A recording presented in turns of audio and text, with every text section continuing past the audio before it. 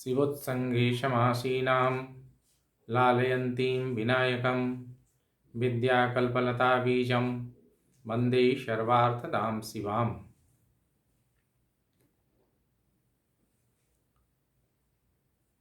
घर में, परिवार में, व्यवहार में, नौकरी में, जीविका में, सभी जगह विघ्न एवं परेशानियां, विपत्तियां देखने को मिलती हैं। घर में आपसी कलह बना रहता है। परिवार के जितने भी सदस्य होते हैं उनमें आपस में मेल मुलाकात, एक विचार नहीं बनता। अलग अलग विचार होने के कारण उनमें आपसी कलह होता है। परिवार में बहुत आमदनी होने पर भी अनायास अनर्गल खर्च हुआ करता है, जिससे धन का अभाव हमेशा बना रहता है। उस अभाव के कारण पूरा परिवार परेशान रहता है।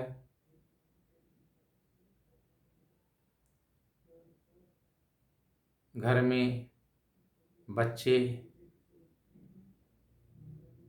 जो कार्य करना चाहिए वह न करके, पढ़ाई इत्यादि न करके व्यर्थ के कार्यों में लगे रहते हैं।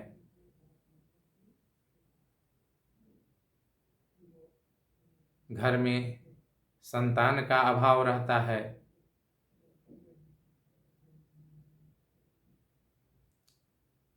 केवल लड़कियां ही लड़कियां होती हैं, संतान नहीं हो पाते।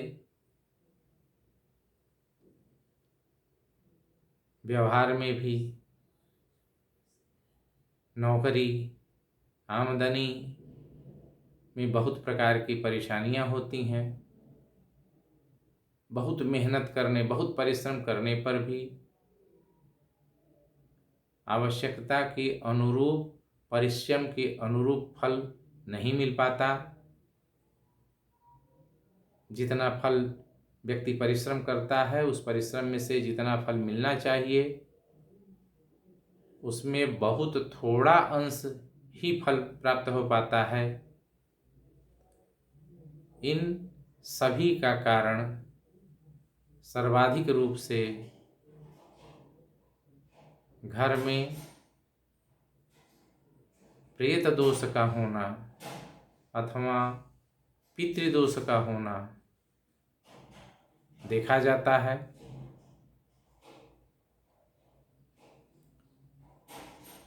पितृदोष होने से व्यक्ति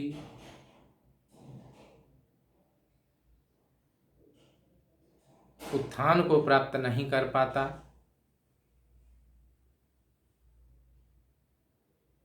हमेशा परेशान रहता है, दुखी रहता है, बहुत प्रकार के कष्ट को भोगता है, असाध्य रोगों से ग्रस्त हो जाता है। इन सब का सर्वाधिक महत्वपूर्ण कारण पितृदोष अथवा घर में प्रेत दोष होता है। प्रेत दोष की निवृत्ति के लिए, प्रेत दोष को पूर्ण रूपेण समाप्त करने के लिए शास्त्र में त्रिपिंडी श्राद्ध बतलाया गया है। प्रेत दोष की उपस्थिति में त्रिपिंडी श्राद्ध व्यक्ति निष्ठापूर्वक करे।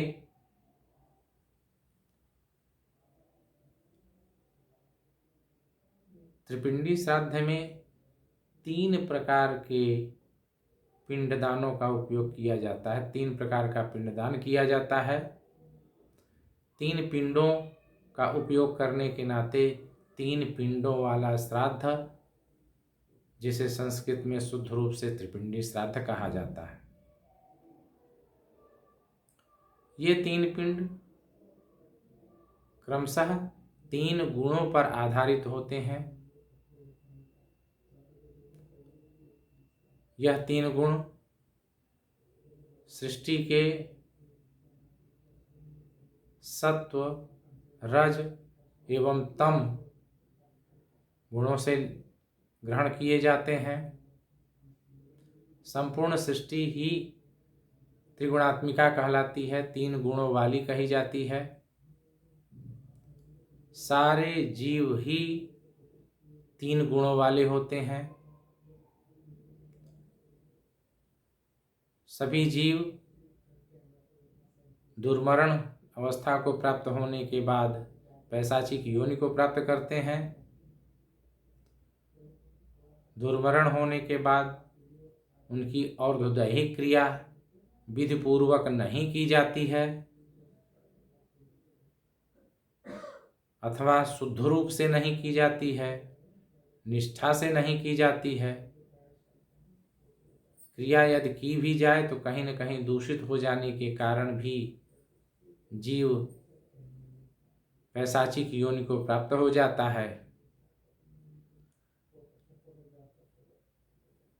तब वह जीव अपने पैशाचिक योनि से मुक्ति के लिए अपनी उपस्थिति दर्ज कराता है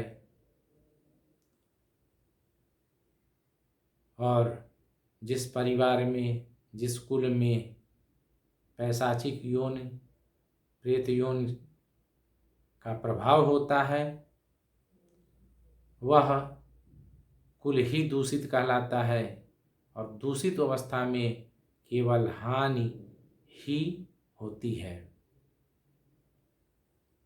त्रिपिंडी श्राद्ध में 3 गुणों को प्राप्त हुए जो पिशाच हैं, दुर्मरण के द्वारा मृत हुए जो जीव हैं, वो क्रमशः ये सतोगुण जीव सतोगुणात्मक प्रेत होते हैं, तमोगुण जीव तमोगुणात्मक प्रेत होते हैं, रजोगुण जीव रजोगुण अवस्था को प्राप्त होकर के वो पैशाचिक योनि में जाते हैं। ये तीनों प्रकार के जीव तीनों गुणों के अधिपति, सतोगुण के अधिपति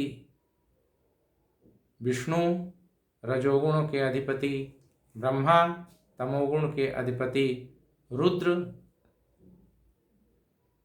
होते हैं। त्रिपिंडी श्राद्ध में मुख्य रूप से इन्हीं सतोगुणात्मक विष्णु, रजोगुणात्मक ब्रह्मा, तमोगुणात्मक रुद्र का घट रूप से आवाहन स्थापन किया जाता है। घट पर इनका विधिपूर्वक आवाहन करके प्रतिष्ठा विधि से इनकी प्रतिष्ठा करके विधिपूर्वक षोडशोपचार विधि से इनका पूजन किया जाता है। तत्पश्चात सतोगुण के सानिध्य में, सतोगुण के अधिकार में सतोगुणात्मक जितने भी प्रेत होते हैं जो श्राद्धकर्ता को दूषित करते हैं, वो सभी के सभी सतोगुण के अधिपति विष्णु के अधिकार में, उनके सानिध्य में उनका भी आवाहन किया जाता है और स्थापन करके उनका भी पूजन किया जाता है। इसी प्रकार रजोगुण अवस्था को प्राप्त जितने पैशाचिक योनि को प्राप्त किए हुए पिशाच हैं, उनका भी रजोगुण के अधिपति ब्रह्मा के सानिध्य में उनके सम्मुख आवाहन करके स्थापित किया जाता है और इनका भी पूजन किया जाता है। इसी प्रकार से रजोगुण अवस्था को प्राप्त किए हुए जितने प्रेत हैं उनका भी रजोगुण के अधिपति रुद्र के सानिध्य में, रुद्र के सम्मुख इन्हें आवाहन करके, स्थापन करके विधिपूर्वक इनका पूजन किया जाता है। तत्पश्चात सतोगुण अवस्था को प्राप्त किए हुए पिशाच के लिए सतोगुणात्मक पिंड, रजोगुण अवस्था को प्राप्त किए हुए पिशाच के लिए रजोगुणात्मक पिंड एवं तमोगुण अवस्था को प्राप्त किए हुए पिशाच के लिए तमोगुणात्मक पिंडों का दान किया जाता है। ये सतोगुण, रजोगुण, तमोगुण तीनों प्रकार के पिंडों का दान करने से चाहे वो जितने भी प्रेत श्राद्धकर्ता को दूषित करते हों, चाहे वो सतोगुण अवस्था के हों, चाहे रजोगुण अवस्था के हों, चाहे तमोगुण अवस्था के हों, सभी के सभी अपने पैशाचिक योनि से मुक्त हो जाते हैं और तत्त गुणों के अधिपति देवता का सानिध्य पाकर, संस्कार पाकर के यह पुनः सतोगुणात्मक, रजोगुणात्मक एवं तमोगुणात्मक शरीर की प्राप्ति करके पुनः मनुष्य योनि में प्रवेश करते हैं, जिसका फल होता है कि श्राद्धकर्ता इन पैशाचिक दोषों से मुक्त हो जाता है, शुद्ध हो जाता है। शुद्ध हो जाने से उसके जो विकृतियां होती हैं, जो दोष होते हैं, जो अपघटन होता है, वह समाप्त हो जाता है और वह पुनः उत्थान को प्राप्त करता है। उसके घर में सुख शांति और उत्थान होने लग जाता है। इस प्रकार से शास्त्र में सर्व सुलभ साधन त्रिपिंडी श्राद्ध बताया गया है। स्वाभाविक है कि जिसके द्वारा पीड़ा दी जाती हो, यदि वही मुक्त हो जाए, वही ना रहे, तो दोष अपने आप समाप्त हो जाता है। ये सबसे सुंदर साधन है। प्रेत की मुक्ति एवं पीड़ित व्यक्ति की पीड़ा की प्रेत की प्रेतत्व योनि से मुक्ति, पीड़ित व्यक्ति की पीड़ा से मुक्ति, दोनों फल इस त्रिपिंडी श्राद्ध के द्वारा प्राप्त हुआ करते हैं। सर्वकरणीय यह श्राद्ध कर्म है, इसे अवश्य ही करना चाहिए, जिससे इसका लाभ हर व्यक्ति को प्राप्त हो सके। हरि ओम।